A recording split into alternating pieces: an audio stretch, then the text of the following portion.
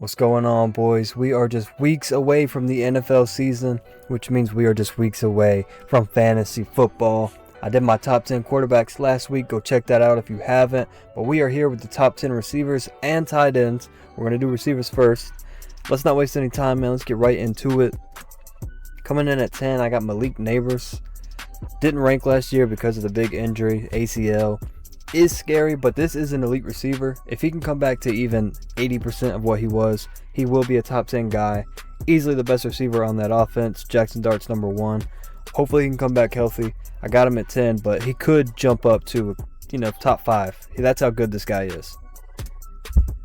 Coming in at 9, we got my boy George Pickens. Was 4th last year. Did benefit from the absence of CeeDee Lamb, but this is still an explosive-ass offense. Will be probably the best offense in football. He will be a reason why. He's a top 10 guy in the league.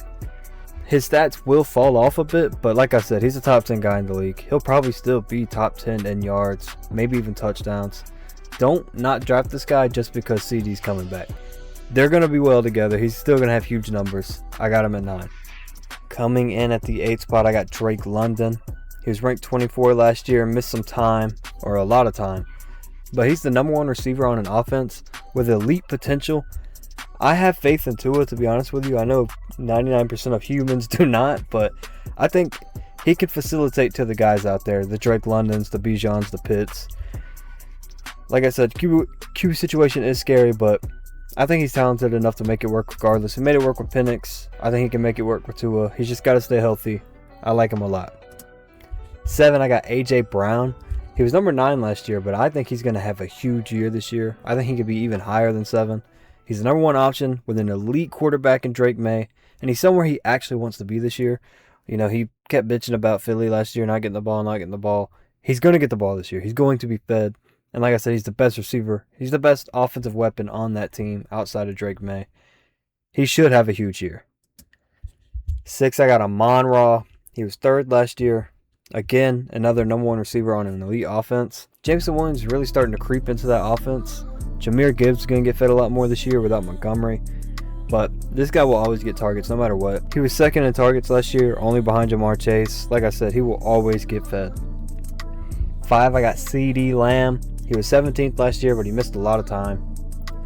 This is a top 5 receiver in football. Do not let the stats, fool you into not taking this guy. This is a top 5, maybe even top 3 receiver in football. He put up 1,000 yards and 3 touchdowns in just 14 games. He's on the most elite offense in the league. He's the number 1 option on the most elite offense in the league. He could be much higher than this. He could finish 1 in my opinion. I really think so. Take CeeDee Lamb if he's at your spot. 4, I got JSN, Jackson Smith, and Jigba. He finished 2nd last year. He's coming off a huge season. But I do think he's destined to take a tiny step back. Not huge. I got him at 4. I'm not shitting on this dude. I think he's going to regress a little bit statistically. No Kenneth Walker, though, should mean a few more targets a game. I know they didn't really give Kenneth the ball a lot last year, but Charbonnet is not Kenneth Walker, so it's going to open up his room a little bit. At number 3, I have Jamar Chase. He was 4th last year. In my opinion, this is a top 3, maybe even the best receiver in football. But Joe Burrow has got to stay healthy. Flacco fed Jamar Chase, but if Joe Burrow's in there, it's a lot different. And the offense runs through this guy, so he will be getting fed no matter what. Like I said, even Flacco was giving him the ball, but if Burrow can stay healthy, number 1 potential. At 2, I got Puka. He finished number 1 last year. The dude's quarterback is the reigning MVP. He's the best player on the offense, one of the best players in football. Not much to be said, but I'm feeling really good about the guy I got number 1. At 1, I got Justin Jefferson. He was 26 last year, but this guy is a J.J. McCarthy victim. J.J. McCarthy should be locked the fuck up for Justin Jefferson, the best talent at receiver in the NFL, being 26th in fantasy football. He's getting a very good 2 elite quarterback in Kyler Murray. I think Kyler will either be very good this year or he's going to be a top 5 quarterback. That's how I'm feeling about Kyler. I like Kyler Murray a lot. And 2026 is Justin Jefferson's scripted bounce back year. I can see the future. I see that he will bounce back. I promise you I can see the future. Your crush, the girl you were going to ask out, she says no. So just don't do it. I could see. But I expect a monster year from this dude this year. I got him at 1. I think he's going to be the best in the league again. We've been waiting on it. He's finally got a decent quarterback. I think he'll be number 1. But moving on to the top 10 tight ends in fantasy football. I see a GOAT down there. He's not on this list, but at 10, I got Colston Loveland. He was 14th last year. He's got an elite quarterback in Caleb Williams, who I do expect to take a leap. Potential MVP candidate Caleb Williams, in my opinion. But this guy had 0 touchdowns last year. They need to find him in the red zone a little bit more. But he has earned that tight end 1 position on the Bears. Outplayed Cole Kmet. At 9, I got David Njoku.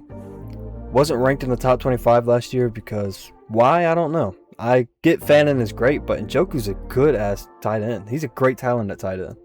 He's on a better team with a much better quarterback in Justin Herbert. He will compete with Gadsden. I believe that's how you say his name. But I think Njoku's better. So I got him at 9. This could come back to bite me, I won't lie. I know they love Gadsden in LA, but I like Njoku.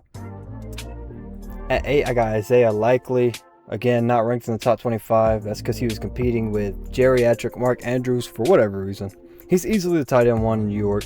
He's reuniting with John Harbaugh. And I do believe he can help Jackson Dart take the next step into becoming a great to elite quarterback in the NFL. At 7, I got Dallas Goedert. He was 6th last year. He's going to get more targets now that A.J. Brown's gone. I know they brought in Mekhi Lemon, but I think Goddard will be the 2nd to 3rd receiving target. And he's a great red zone threat. This guy catches touchdowns. They look for him down there. So he should be a great fantasy monster. Coming in at the 6th spot, I got Tucker Kraft. He finished 21st last year. He's coming off a big injury. ACL is no joke. But he was playing at an elite level pre-injury. I trust this guy. He's low-key the best receiver on the Packers, dude. The Packers, their receivers fucking suck. Let's be honest. And this guy's a monster, so I think he's their best receiver. He should be getting fed. I like him. 5, I got Harold Fannin Jr. He finished 5th last year, so great placement by me. He's a great young talent. Could be the best receiving option on his team, too. I like Jerry Jeudy, but I know they got some rookie guys, some younger guys over there. But Harold Fannin Jr., like I said, great talent, very young, so we can only assume he gets better this year. He's pretty damn good.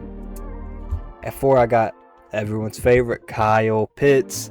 Came in 2nd last year, finally had his breakout year. We've all been waiting on it. He is an elite talent at tight end. In my opinion, the most talented tight end in the NFL. Well, maybe behind our number 1, but we'll get there later.